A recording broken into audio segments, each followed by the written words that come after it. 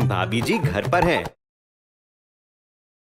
भैया तो हमारे बाल मुंडवाएंगे, लेकिन भाभी जो है हमारे बालों को लेकर इलाहाबाद संगम पर जाएंगी ट्रेन में बैठकर, और हमारे बालन को संगम में सिराएंगी। हम तुम्हारे मुंडे हुए बाल लेकर इलाहाबाद जाएंगे। हम है ना तुम्हारी भाभियाँ। कानपुर इलाहाबाद एक्सप्रेस में हमने बॉम्ब फिट कर दिया। कानपुर इलाहाबाद एक्सप्रेस में बोगी नंबर 7 पे आतंकवादियों ने बॉम्ब फिट कर दिया है। कानपुर इलाहाबाद एक्सप्रेस में तो अल्लू और भाभी जी जा रहे हैं, और वो बोगी नंबर 7 में। भाभी जी प्लीज, गाड़ी छूटने का टाइम है रहा है, जल्दी चलो।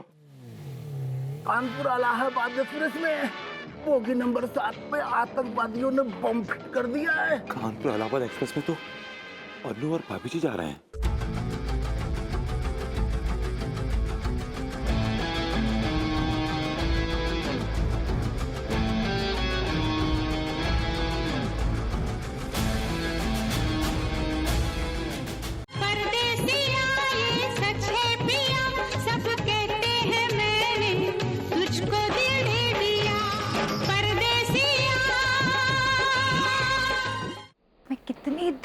कितने दिनों बाद इतने लंबे सफर पर निकली हूँ। अनीता जी हम भी देखिए ना, कितने सालों बाद निकले हैं ऐसे सफर पर। चलती ट्रेन पे कूद जाते हैं, अगर नहीं कूदे ना सबके सब मारे जाएंगे। हम ना कूद पाएंगे। आप कूदेंगे नहीं, आप कुदाए जाएंगे।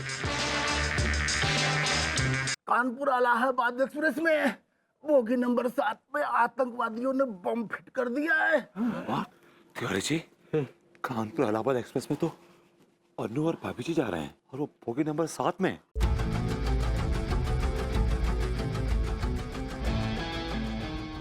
चलती ट्रेन पे कूद जाते हैं, अगर नहीं कूदे ना सबके सब मारे जाएंगे। हम ना कूद पाएंगे। आप कूदेंगे नहीं, आप कुदाए जाएंगे। आइए आइए आइए आइए, सुनिए। अरे सुनिए, बैठिए बैठिए। आप नहीं समझ रहे हैं, क्यों बजा रहे हैं आप हमारा बैंड? मैं आपको समझा के बोल रहा हूँ कि देखिए हम लोग बिना टिकट के यात्रा नहीं कर रहे थे। समझाइए ना, बोलिए ना आप। मैं क्या तो क्या प्लेटफॉर्म पे मेरी शादी हो रही थी जो आप दोनों मेरी बारात में नाचने आए थे? अरे नहीं, देखिए आप समझ नहीं रहे हैं, हमारा विश्वास कीजिए। क्या है कि एक इंटेलिजेंस का आदमी आया था, उसने बताया कि कानपुर इलाहाबाद एक्सप्रेस के बोगी नंबर 7 में आतंकवादियों ने बम फिट कर रखा है। एक्जैक्टली। इंटेलिजेंस के आदमी ने आपको खुद ये बात बताई? अरे वो खुद आया था, हमने खुद देखा उसे अपनी आंख से, उसको गोली लगी हुई थी। बताइए ना। हाँ, कौन हैं आप? कोई बहुत बड़े मंत्री हैं या बहुत बड़े पुलिस अधिकारी हैं? हमारा कच्चा बनियान का धंधा ये शट अप। देखिए, मैं बहुत देर से आप दोनों की बकवास बर्दाश्त कर रहा हूँ। आप दोनों मुझे बेवकूफ़ बनाने की कोशिश कतई मत करें। आप जैसे फ्रॉडियर लोग मुझे रोज़ मिलते हैं। अब अगर आपने चुपचाप ईमानदारी से जुर्माना नहीं भरा तो 1 हफ्ते के लिए जेल जाएंगे। भर दीजिए, बड़ा कमीना लग रहा है मुझे तो। जी कुछ कहा आपने? क्या भर रहे हैं तिवारी जी, पैसे दीजिए ना। दोनों का मिला के 2200 रुपये। 1111। यार, यहाँ टीका का मुंडन नहीं हो रहा, दरअसल हमारी जेबों का मुंडन हो रहा है। ये लीजिए। चलिए इसको।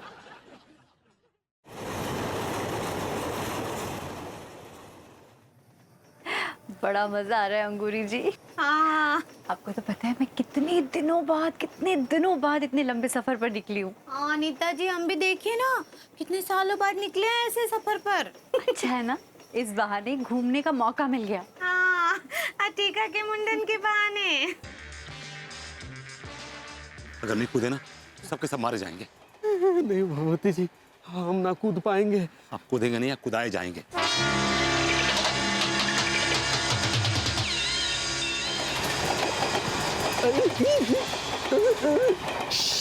Calm down, calm down.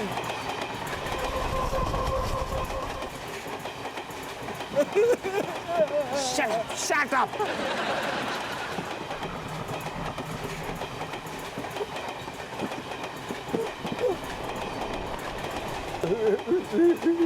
Easy, easy.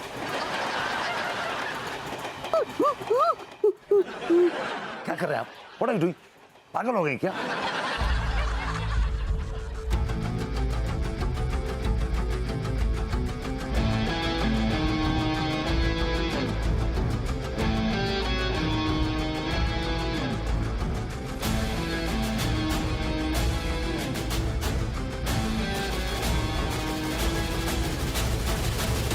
महबूबा स्टूडियो में भी चलूंगा आपके साथ कल।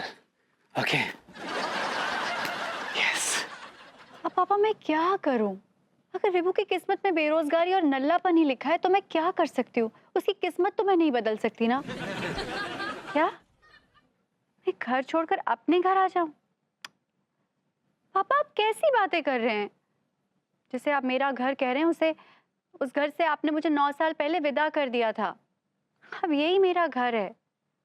पापा विभू नल्ला हो चाहे बेरोजगार हो, है तो मेरा पति ना। उसे छोड़कर कैसे आ सकती हूँ मैं? उसे प्यार कर। हेलो पापा, पापा फोन ही काट दिया। उनकी भी क्या गलती है? हर माँ बाप अपने बच्चे की चिंता करता है। सारे फसाद की जड़ ना ये विभू ही है। भाभी जी घर पर हैं? आइए आइए तिवारी जी आइए।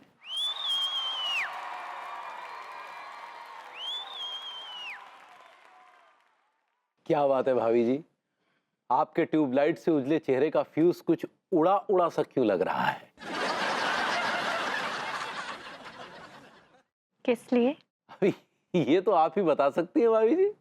तिवारी जी मैंने पूछा किस लिए आए हैं? ओहो अच्छा, किस लिए? जी किस लिए आया मैं? हाँ वो क्या था भाभी जी, हम अपने शॉप पे जा रहे थे तो अचानक आपके दर्शनों की प्यास जाग उठी। लेकिन आप उदास क्यों हैं ये तो बताना पड़ेगा।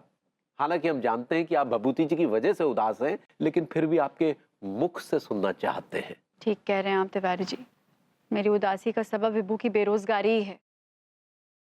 इसी बारे में मेरे पापा से भी मेरी बहस हो रही थी। वो भी बहुत परेशान है इस बात को लेकर। भाभी जी उस आदमी से हर आदमी परेशान है, लेकिन जिसे परेशान होना चाहिए वो परेशान नहीं है, बाकी सब परेशान है। हेलो अनीता जी। हेलो अंगूरी जी। आइडिया आपके लिए गाजर का हलवा बना कर लाए हैं। अरे वाह गाजर का हलवा मेरा फेवरेट। ये कौन है? आइडिया लड्डू के भैया आप खोखे पर नहाए गए? आम रमन पहले सांप पर नहाए गए? देख नहीं रही हो भाभी टेंशन में है, देख नहीं रही हो? पक्का हुआ अनीता जी काहे तानसेन में है? हाँ आप तो जानती हैं ना अंगूरी जी, मेरी टेंशन का सिर्फ एक ही कारण है, विभू का काम। हाँ अनीता जी हाँ, हम ना आपका दर्द बहुत अच्छे से समझ सकते हैं। पता है हम भी कभी कभी यही सोचते हैं कि का भभूति जी जिंदगी भर ऐसे नल्ले ही घूमते रहेंगे। अब नल्ले हैं तो नल्ले ही घूमेंगे ना पगली। और भाभी जी हम आपको कितनी बार कह चुके, आप फैसला ले लीजिए। कैसा फैसला? तलाक दे दीजिए। आइडिया ये क्या बोल रहे हैं? हाँ ये चल रहे हाथ से हाथ मिला क्लैपिंग मांगता है अपने को। बाबा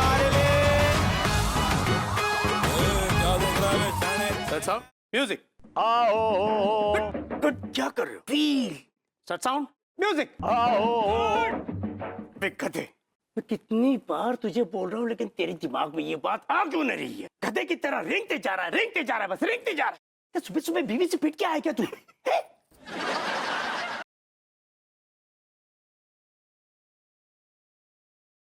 कंस नारद से विष्णु के उस शत्रु का नाम जान लेता है जो युगों से विष्णु का अखंड शत्रु होने के पश्चात भी जीवित है।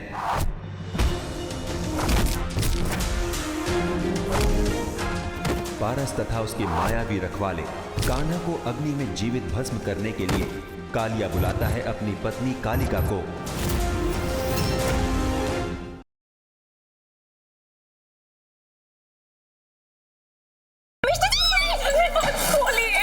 भैया अरे अभी खोल के तो देखिए इसमें है क्या। शरबत वरबत लिया है? हाँ शरबत ले आते।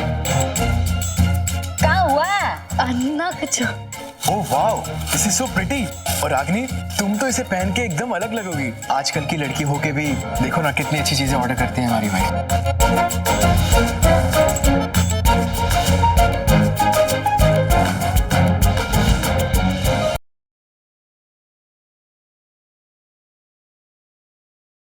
तबीयत ठीक न है। जब से वो सिरसा से आए हैं बहुत थके हुए से और पूरी रात परेशान रह रहे। भापू आपकी तितली आन लग रही है। आज तो इनमें से एक भी ना पहन सके से। क्यों भाभी? क्योंकि आज थारी और तेजी की सगाई ना हो रही से। माँ ने तो यो चाल चल ली ना, बोला कि बाहर से घर में लोग आ रहे, तो उन्होंने हमारी सगाई टाल दी। मैं तेजी जी के साथ मंदिर में जाके सगाई करना चाहती हूँ, आप हमारा साथ दोगे भाई?